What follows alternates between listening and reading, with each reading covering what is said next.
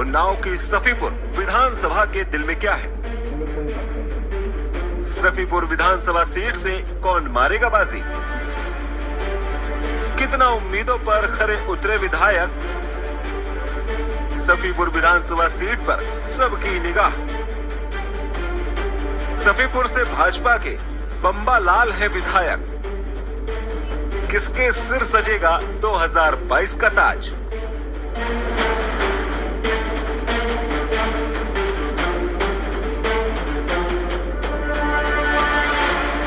मखदूम शाह सफी की दरगाह के कारण देश विदेश में चर्चित उन्नाव जिले का सफीपुर क्षेत्र कभी सपा का गढ़ माना जाता था। उसके पहले ये कांग्रेस के वर्चस्व वाली सीट मानी जाती थी, लेकिन समय के साथ कमजोर पड़ती कांग्रेस और सपा को दरकिनार कर भाजपा ने 2017 में यह कब्जा कर लिया। इस चुनाव में भाजपा के बम्बा लाल ने बसपा के रामबरन को 27,236 वोटों से हरा दिया। वहीं 2012 के विधानसभा चुनाव में सपा के सुधीर कुमार ने बसपा के रामबरन को 9,054 वोट से हराया था। उन्नाव जिले की सफीपुर विधानसभा सीट का गठन 1957 में हुआ था। इसके बाद यहाँ विधानसभा चुनाव हुए थे। इस चुनाव में निर्दलीय प्रत्याशी शिव गोपाल और सीपीआई के मुल्ला जीतकर विधानसभा पहुंचे थे। वहीं 1962 में कांग्रेस के गोपीनाथ ने इस सीट पर जीत का खाता खोला। 1974 में यहाँ बीकेडी से और 1977 में जनता पार्टी के टिकट पर सुंदरलाल लगातार दोबारा विधानसभा पहुंचे। 1980 में कांग्रेस के हर प्रसाद इस सीट पर काबिज हुए। 1985 में सुंदरलाल तीसरी बार एलकेडी के टिकट पर और 1989, 1991 में लगातार दोबारा जनता दल से विधायक बने। इसके बाद बदले समीकरण ने भाजपा का यहाँ से खाता खोला। 1993 और 1996 में लगातार 2 बार बाबूलाल भाजपा के टिकट पर विधानसभा पहुंचे। 2002 में सुंदरलाल ने सपा से जीत दर्ज की और 6वीं बार विधायक बने। इसके बाद 2007 और 2012 में जनता ने सपा पर भरोसा जताया और सुधीर कुमार को विधानसभा भेजा। वही 2017 के मोदी लहर में सपा का यह किला ढह गया और भाजपा के बम्बा लाल यहाँ से विधायक चुने गए। वहीं आगामी विधानसभा चुनाव को लेकर के न्यूज संवाददाता अरुण अवस्थी ने जनता के बीच जाकर उनसे बातचीत की। हमारे साथ है सफीपुर विधायक बम्बा लाल दिवाकर जी।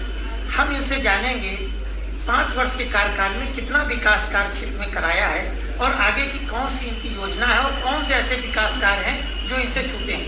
विधायक जी नमस्कार। विधायक जी जानेंगे आपने 5 साल का कार्यकाल लगभग पूरा होने जा रहा है। इस दरम्यान कौन कौन से विकास कार्य हुए हैं और कौन से ऐसे विकास कार्य हैं जिनको जो आपकी सोच में थे लेकिन पूरा नहीं हो पाए?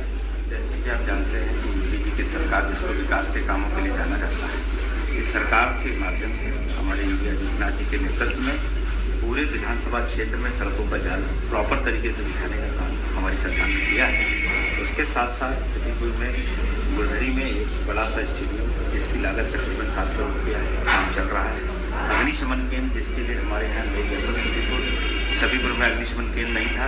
आग लगने पर या तो गाड़ियाँ नाव से आती थी या तो बांगरमों से। अग्निशमन केंद्र भी हमारे यहाँ बृहस्पतिपुर में काम चल रहा है। उसके अलावा एक आयुर्वेदिक का अस्पताल हमारा कोहापुर में बना है, एक होम्योपैथिक का अस्पताल आवागोझा में बना है। उसके अलावा एक मवई गंगान में एक फल मंडी जिसका भी काम जारी है।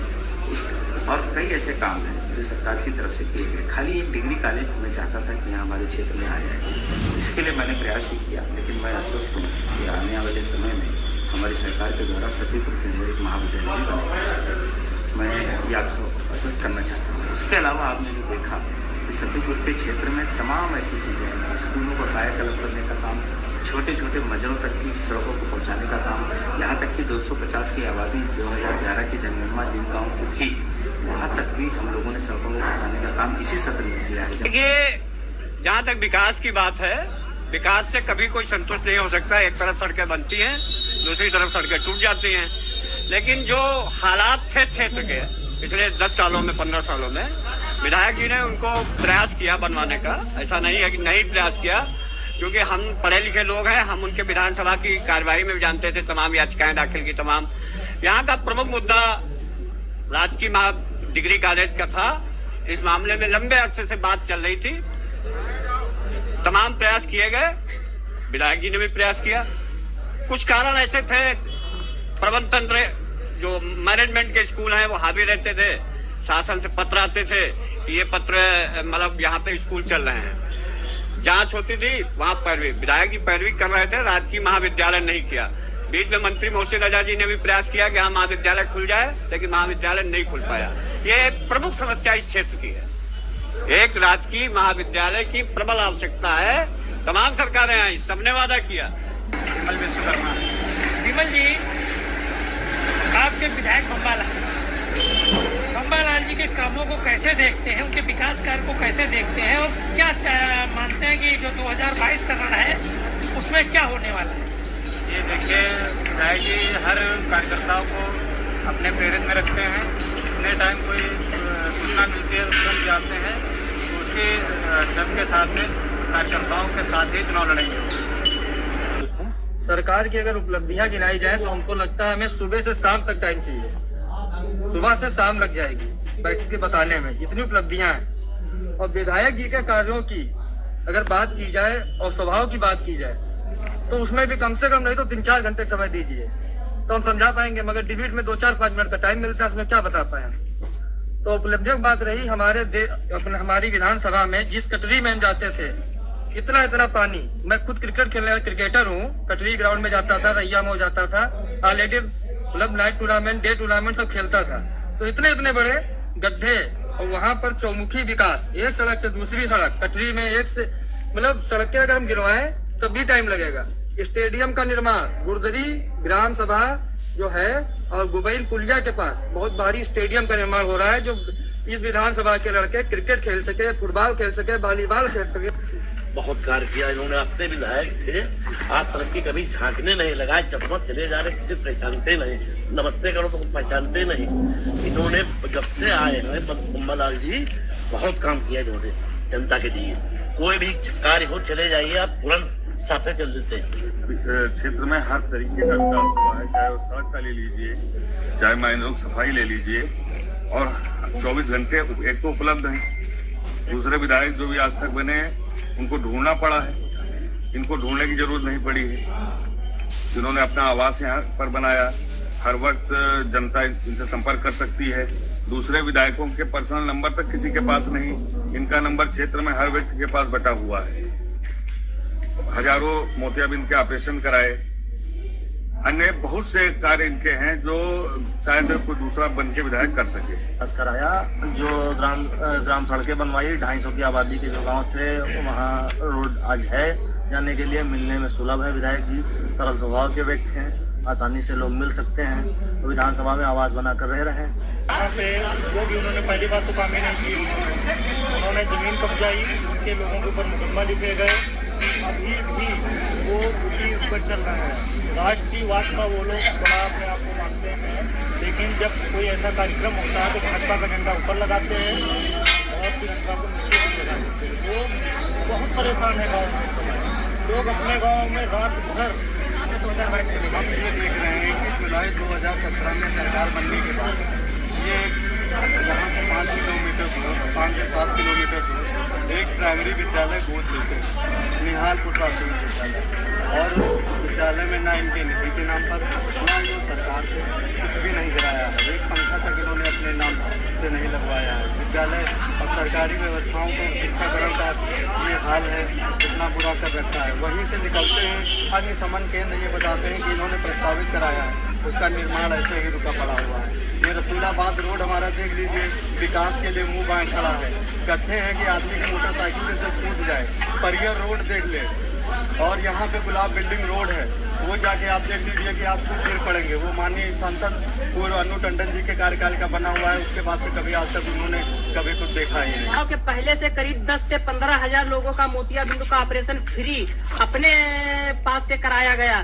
तो ये जो है, और कहीं नाली खड़ंजा और आरसीसी, कहीं डामर रोड, जो ये सरकार आई जब से विधायक जी हुए तब से इतना कार्य हुआ है।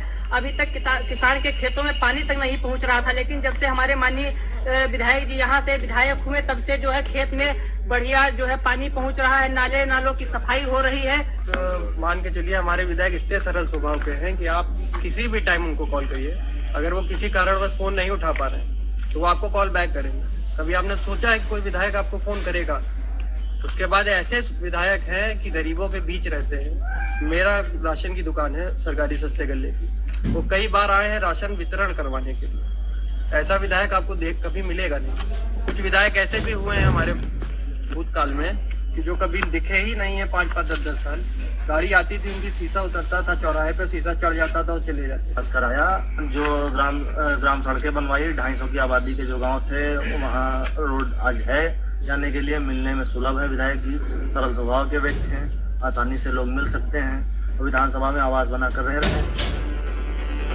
सफीपुर विधानसभा की कुल जनसंख्या, कुल मतदाताओं की संख्या 2,86,958। पुरुष मतदाताओं की संख्या 1,61,123। महिला मतदाताओं की संख्या 1,25,835।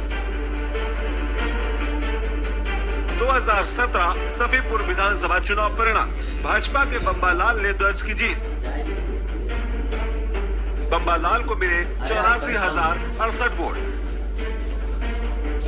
बसपा के रामबरन को 27,236 वोटों से हराया। रामबरन को मिले 56,832 वोट। यूपी विधानसभा चुनाव 2022 को लेकर सरगर्मियां तेज हो गई हैं। सभी राजनीतिक दल अपने अपने चुनावी गठजोड़ में लगे हैं। अब सफीपुर विधानसभा सीट पर 2022 के रण में कौन बाजी मारेगा, ये तो वक्त ही बताएगा। फिलहाल यहाँ पर भाजपा का कब्जा है और भाजपा 2022 में फिर से रण फतेह करने के लिए जी तोड़ मेहनत कर रही है। तो वहीं दूसरी ओर सपा और कांग्रेस भी सत्ता की कुर्सी पर काबिज होने के लिए लगातार चुनावी बिसाते बिछाने में लगी हुई है। अब देखना दिलचस्प होगा कि 2022 के रण में जनता किसे सत्ता की कुर्सी